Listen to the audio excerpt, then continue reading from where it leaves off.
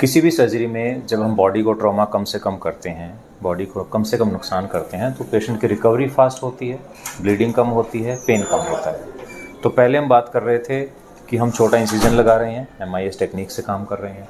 दूसरा, हम अंदर की मसल्स को डैमेज नहीं कर रहे हैं, DA टेक्निक से कर रहे हैं, सुपर पाथ कर रहे हैं। अब लास्ट वाली चीज़ बची है बोन। हम बोन में डैमेज कम कैसे करें? तो जैसे हम ये फीमर का स्टेम डालते हैं, ये लगभग 13 से 14 सेंटीमीटर का स्टेम होता है, तो पूरा ये अंदर तक जाता है। तो जहाँ तक हमें जाना होता है, पहले ब्रोचिंग होती है, ड्रिलिंग होती है, और उसके बाद ये डाला जाता है। अब हम इसको भी कम कर रहे हैं। अगर आप ये एक्सरे देखें तो now we are coming with this small stem. पहले हमारा स्टेम यहाँ तक जाता था, यानी कि हम नेचुरल बोन को यहाँ तक डिस्टर्ब करते थे।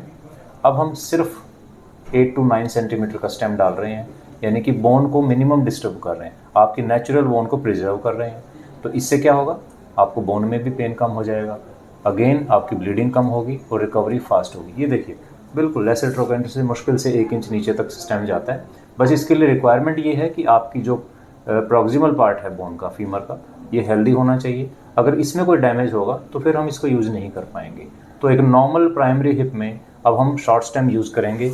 अब हम ये लंबा स्टेम यूज़ नहीं करेंगे, ताकि आपकी जितनी नॉर्मल बोन बच सके हम उसको बचाएं और रिवीजन में भी कोई दिक्कत ना आए।